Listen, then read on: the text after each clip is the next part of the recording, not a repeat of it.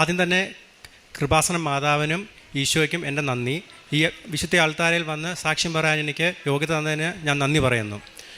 ഞാൻ ജനുവരി 9, 2024 ഞാൻ ഉടമ്പടി എടുത്തത്. എൻ്റെ പേര് ഷിബിൻ ആൻ്റണി. ഞാൻ വരുന്നത് കോട്ടയം ജില്ലയിൽ മണിമല എന്ന് പറയുന്ന സ്ഥലത്ത് നിന്നാണ്. ഞാനിപ്പോൾ പഞ്ചാബിൽ നിന്ന് ഡയറക്റ്റ് വരികയാണ്. ഞാനിപ്പോൾ 14 വർഷമായിട്ട് ഇന്ത്യൻ ആർമിയിൽ സർവീസ് ചെയ്തുകൊണ്ടിരിക്കുന്ന ഒരു വ്യക്തിയാണ്. ആദ്യം തന്നെ ഞാൻ കൃപാസനത്തിൽ വരാനുള്ള സാഹചര്യം എന്ന് വെച്ച് കഴിഞ്ഞാൽ മെയിനായിട്ടും 2 കാരണങ്ങളായിരുന്നു. എൻ്റെ വീടിൻ്റെ ആധാരം 2011 സഹകരണ ബാങ്കിൽ ആയിരുന്നു ഒരു പ്രോപ്പർട്ടി വെച്ചിരിക്കുകയായിരുന്നു. അതോടൊപ്പം തന്നെ എൻ്റെ വീട്ടിലേക്ക് 40 വർഷമായിട്ട് നടപ്പ് വഴികൾ പോലും ഇല്ലായിരുന്നു. ആ 2 കാരണങ്ങളായിരുന്നു ഞാൻ മെയിനായിട്ടും ഇവിടെ ഞാൻ വെച്ചിരുന്നത്. 2023 എൻ്റെ മമ്മിക്ക് 2 സർജറികൾ ചെയ്യേണ്ടി വന്നു. 1 ബൈപ്പാസ് സർജറിയും 3 ആൻജിയോപ്ലാസ്റ്റി സർജറിയും വന്നതിൻ്റെ കാരണമായി ഞങ്ങൾക്ക് വലിയൊരു തുക ഞങ്ങൾക്ക് ഹോസ്പിറ്റൽ കേസുകൾക്കായി ഉപയോഗിക്കേണ്ടതായി വന്നു. ആ ഒരു കാരണവശാൽ ഞങ്ങൾ 2011 എടുത്തിരുന്ന ബാങ്ക് ലോണ് ഞങ്ങൾ എല്ലാ വർഷവും പുതുക്കിക്കൊണ്ടിരിക്കുന്നതായിരുന്നു. കൊറോണ സമയത്ത് ഞങ്ങൾക്ക് അത് പുതുക്കാൻ പറ്റാതെ വരികയും അതോടൊപ്പം തന്നെ ഈ ഒരു മമ്മിയുടെ ഒരു സർജറിയുടെ കാരണം മൂലം ഞങ്ങൾക്ക് വലിയൊരു കടബാധ്യതയിലേക്ക് പോകാൻ കാരണമായി. ഏകദേശം 26 ലക്ഷം രൂപ അടുത്ത് ഞങ്ങൾക്ക് കടബാധ്യത വന്നത്. അതോടൊപ്പം തന്നെ ഞാൻ ഈ 26 ലക്ഷം രൂപ നികത്താനായി പല വഴിയും നോക്കിയെങ്കിലും ഒരു വിധത്തിലും എനിക്കത് സാധിച്ചില്ല.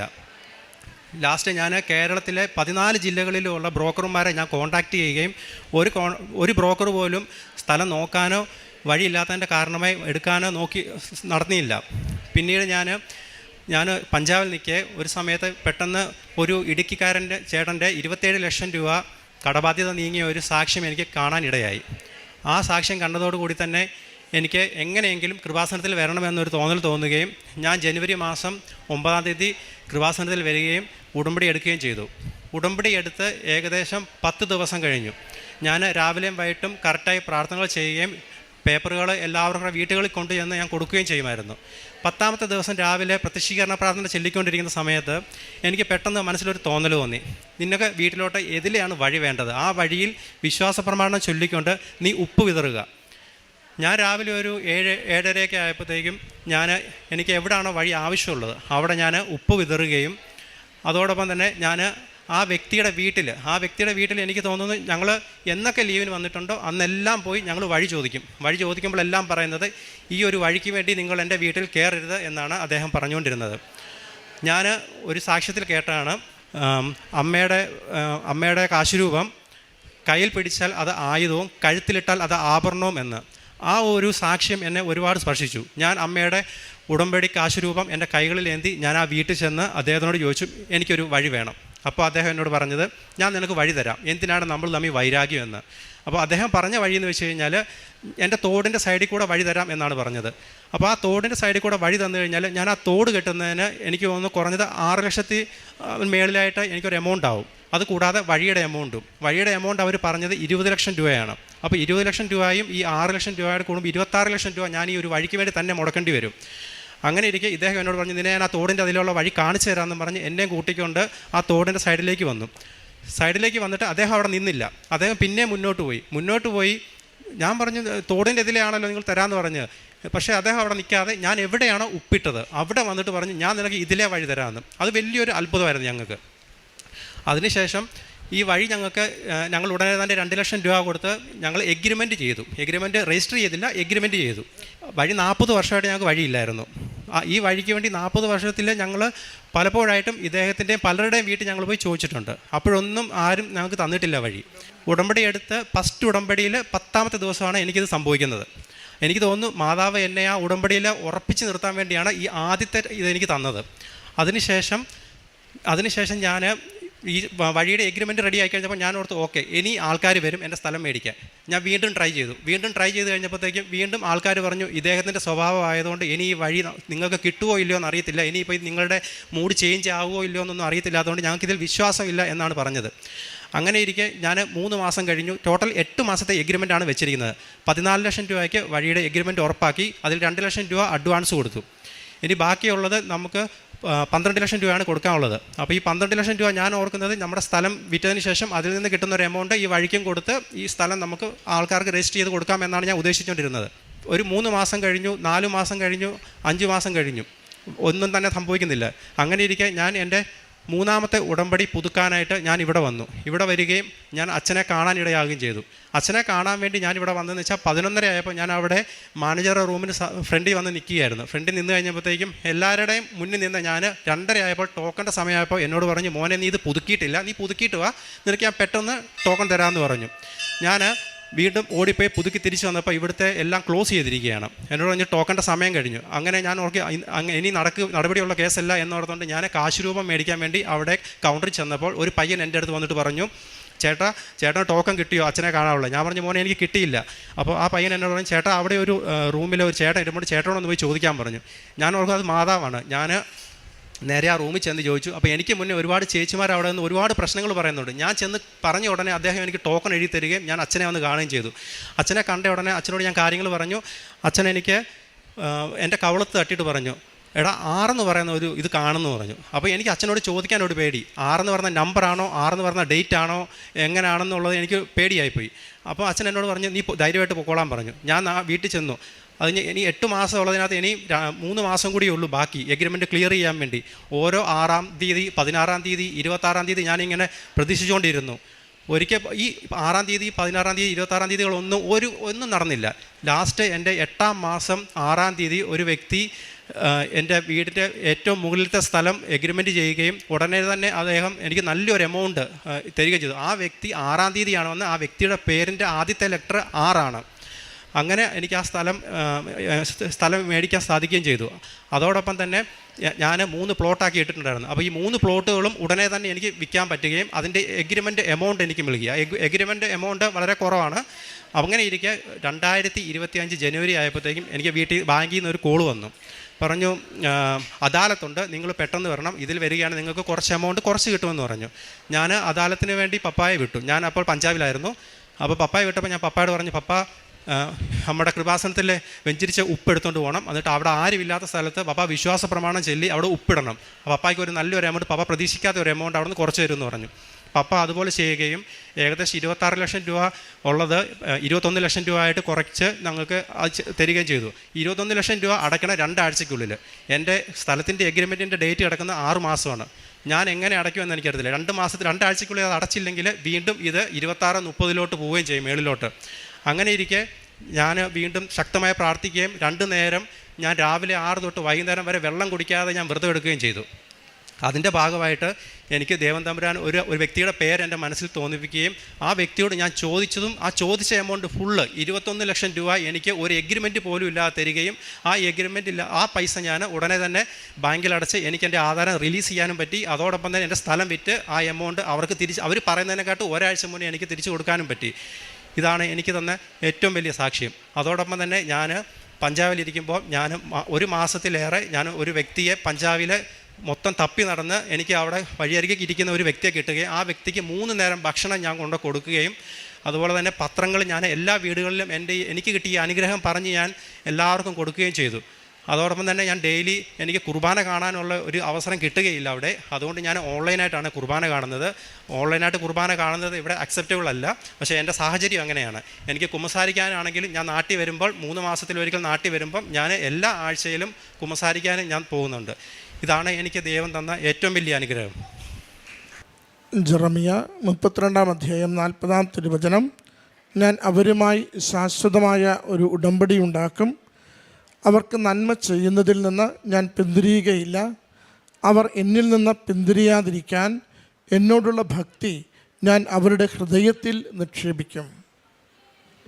ഷിബിൻ ആൻ്റണി എന്ന ഈ സഹോദരൻ തൻ്റെ ഉടമ്പടി ജീവിതത്തിൽ ലഭിച്ച പരിശുദ്ധ കൃപാസന മാതാവിൻ്റെ പ്രത്യക്ഷീകരണത്തിൻ്റെ അടയാളമായ സാക്ഷ്യങ്ങളാണ് നമ്മളോട് പങ്കുവച്ചത്.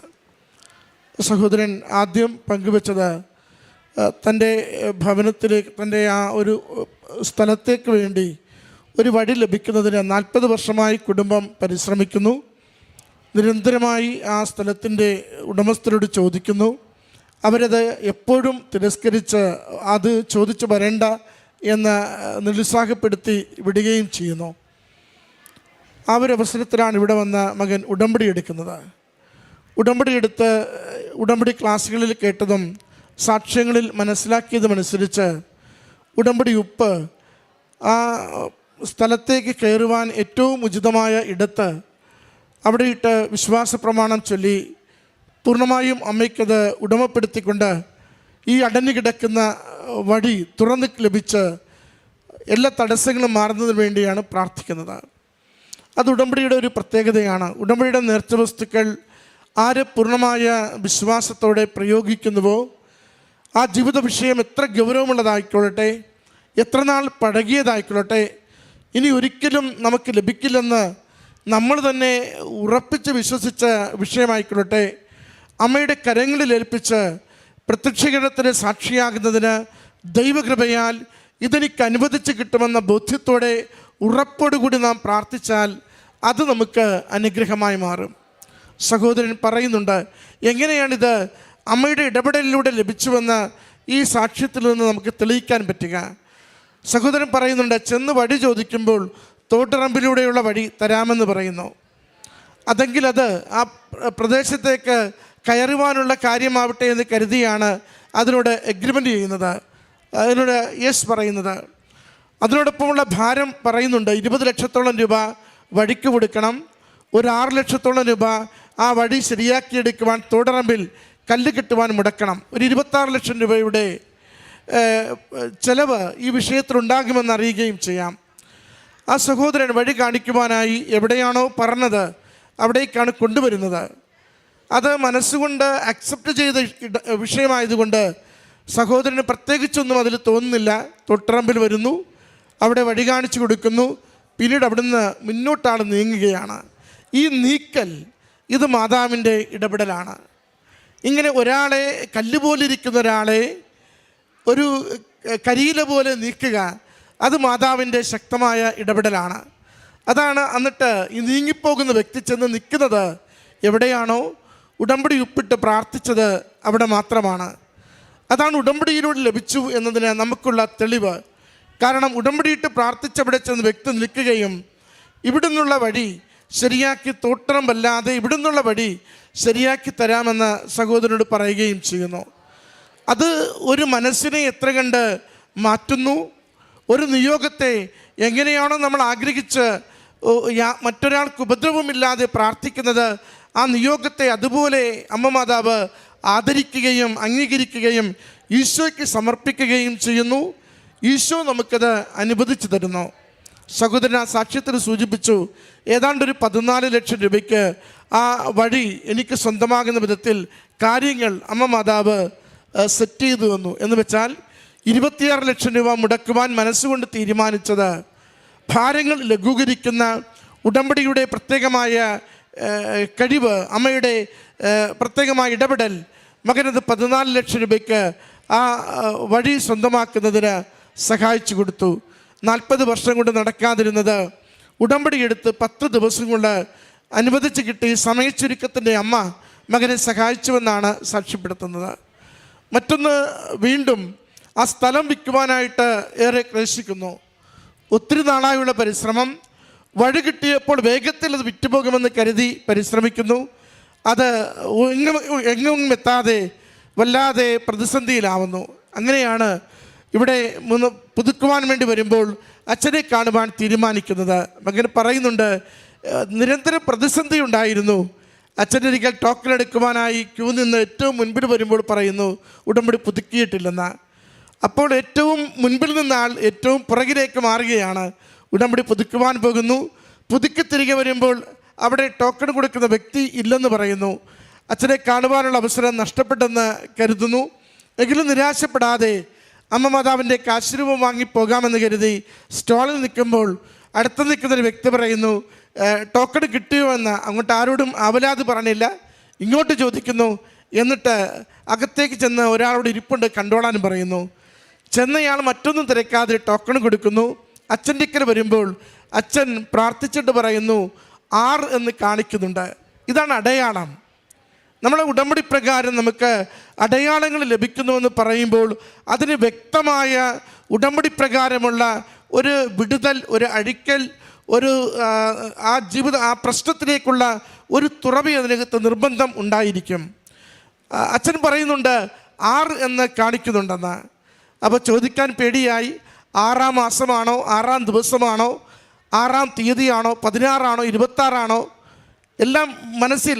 പിന്നീട് അടുത്തൊരു ചോദ്യത്തിന് ശരിക്കും ഉള്ളിൽ പേടിയായി, എങ്കിലും അത് വിശ്വസിച്ച് പ്രാർത്ഥിക്കുന്നുണ്ട്. അച്ഛൻ 6 എന്ന് എനിക്കൊരു സന്ദേശം കൈമാറുമ്പോൾ, കവിളിൽ തട്ടി വിടുമ്പോൾ അതൊരു സാക്ഷ്യം പറയുവാൻ വേണ്ടി എന്നെ അയക്കുകയാണെന്ന് മകൻ പൂർണ്ണമായി വിശ്വസിച്ച് ഓരോ 6-ാം തീയതിയിലും ഓരോ 16-ഉം 26-ഉം പ്രാർത്ഥിച്ചു കൊണ്ടിരിക്കുകയാണ്. കരാർ തീരുന്നത് 8 മാസം കൊണ്ടാണ്. 8-ാം മാസം എത്തി, 6-ാം തീയതി എത്തി. 6-ാം തീയതി ഒരു വ്യക്തി വന്ന് സ്ഥലം കാണുന്നു.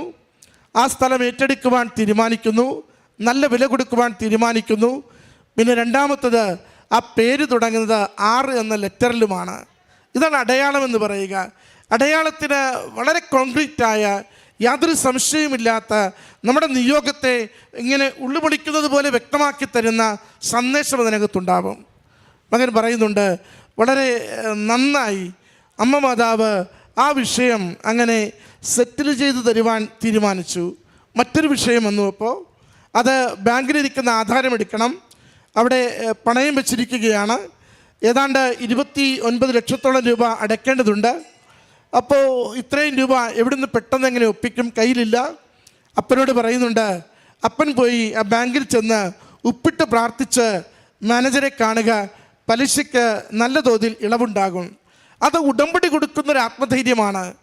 ഞാൻ എൻ്റെ അമ്മ മാതാവിൻ്റെ അരികിൽ ഒരു നിയോഗം സമർപ്പിച്ച് അതുപോലെ നടക്കണമെന്ന് ആഗ്രഹിച്ച് എൻ്റെ അമ്മയുടെ നേർച്ച വസ്തുക്കൾ ആ വിശ്വാസത്തോടെ പ്രയോഗിച്ചാൽ അവിടെയുള്ള വിഷയങ്ങൾ അമ്മ മാതാവ് എന്ത് തന്നെയാണെങ്കിലും പരിഹരിക്കുവാൻ വഴി തുറക്കുമെന്ന്. അപ്പൻ ചെന്ന് പ്രാർത്ഥിക്കുന്നു, ഉപ്പിട്ട് പ്രാർത്ഥിക്കുന്നു, മാനേജറെ കാണുന്നു. മാനേജർ പറയുന്നു 21 ലക്ഷം രൂപ അടച്ചാൽ മതി. എത്രയോ ലക്ഷങ്ങളാണ് വേഗത്തിൽ പലിശ ഇളവ് അനുവദിക്കുന്നത്. രണ്ടാമത്തെ വിഷയം, 21 ലക്ഷം കൊടുക്കുവാൻ കയ്യിലില്ല. അപ്പോൾ വീണ്ടും മാതാവ് തന്നെയാണ് സഹോദരന് സന്ദേശം കൊടുക്കുക, ഇന്ന വ്യക്തിയോട് ചോദിക്കുക. ഇതാണ് അടയാളം എന്ന് പറയുക. ഒരു വ്യക്തിയുടെ പേര് നമ്മുടെ ഉള്ളിൽ തോന്നിക്കുകയാണ്. അത് മാതാവിനോട് പ്രാർത്ഥിച്ചുകൊണ്ട് നാം ഒരു സന്ദേശത്തിന് വേണ്ടി ആഗ്രഹിക്കുമ്പോൾ, ഒരു പുതിയ വഴിക്ക് വേണ്ടി ആഗ്രഹിക്കുമ്പോൾ, അമ്മ മാതാവ് ഈ പണം തരുവാൻ പറ്റുന്നൊരു വ്യക്തിയെ ഉള്ളിലേക്ക് തരുന്നു. വ്യക്തിയോട് ചോദിക്കുന്നു, വ്യക്തി പണം കൊടുക്കുന്നു, ആധാരമെടുക്കുന്നു, സ്ഥലം വിൽക്കാൻ പറ്റുന്നു, രജിസ്ട്രേഷൻ നടക്കുന്നു, കടബാധ്യത മാറുന്നു. വിഷയങ്ങളെല്ലാം ഒരുപോലെ സെറ്റിൽ ചെയ്ത് പരിഹരിച്ച് അമ്മ മാതാവ് ഒരു ജീവിത പ്രശ്നത്തെ ശുഭകരമാക്കി നൽകുന്നു. പ്രിയമുള്ളവരെ, ഈ മകൻ്റെ സാക്ഷ്യം ഉടമ്പടിയുടെ ഒരു ശ്രേഷ്ഠമായ ശുഭകരമായ സാക്ഷ്യത്തിൻ്റെ നല്ല ദൃഷ്ടാന്തമാണ്. കാരണം ഉടമ്പടി ജീവിതം പക്കയാണ്. അത് സാധിക്കുന്നത് പോലെയൊക്കെ ഉടമ്പടിയുടെ ഓരോ കാര്യവും ചെയ്യുവാൻ ആത്മാർത്ഥതയുള്ള ഒരു പരിശ്രമമുണ്ട്. ഒപ്പം ഉടമ്പടിയിൽ നിന്ന് ലഭിക്കുന്ന സന്ദേശങ്ങളോട് പൂർണ്ണമായ വിശ്വാസമുണ്ട്. ആ വിശ്വാസത്തോടെയുള്ള ഉടമ്പടി നേർച്ച വസ്തുക്കളുടെ പ്രയോഗവും ഉടമ്പടി സന്ദേശങ്ങൾക്ക് വേണ്ടിയുള്ള കാത്തിരിപ്പും അത് ജീവിത പ്രശ്നങ്ങളെ പരിഹരിച്ചു കൊടുക്കുന്നു. ഈ കുടുംബത്തിന് ലഭിച്ച ഈ വലിയ അനുഗ്രഹങ്ങൾക്ക് അമ്മ മാതാവിനും തിരുക്കുമാരനും നന്ദി പറയാം. നമ്മുടെ ജീവിത വിഷയങ്ങളെയും അമ്മ ഇടപെട്ട് സമയ ചുരുക്കത്തിൽ ഭാരം കുറച്ച് അസാധ്യമെന്ന് കരുതി ഏറെ നാളായി ക്ലേശിക്കുന്നത് വളരെ നിസ്സാരമായി നമുക്ക് പരിഹരിച്ച് നമ്മുടെ ജീവിതങ്ങളെ സംരക്ഷിക്കുവാൻ, അനുഗ്രഹിക്കുവാൻ അമ്മയോട് പ്രാർത്ഥിക്കാം. ഈശോ നമ്മളെ സഹായിക്കട്ടെ. കരങ്ങളടിച്ച് ഈ സാക്ഷ്യം നമുക്ക് സമർപ്പിക്കാം.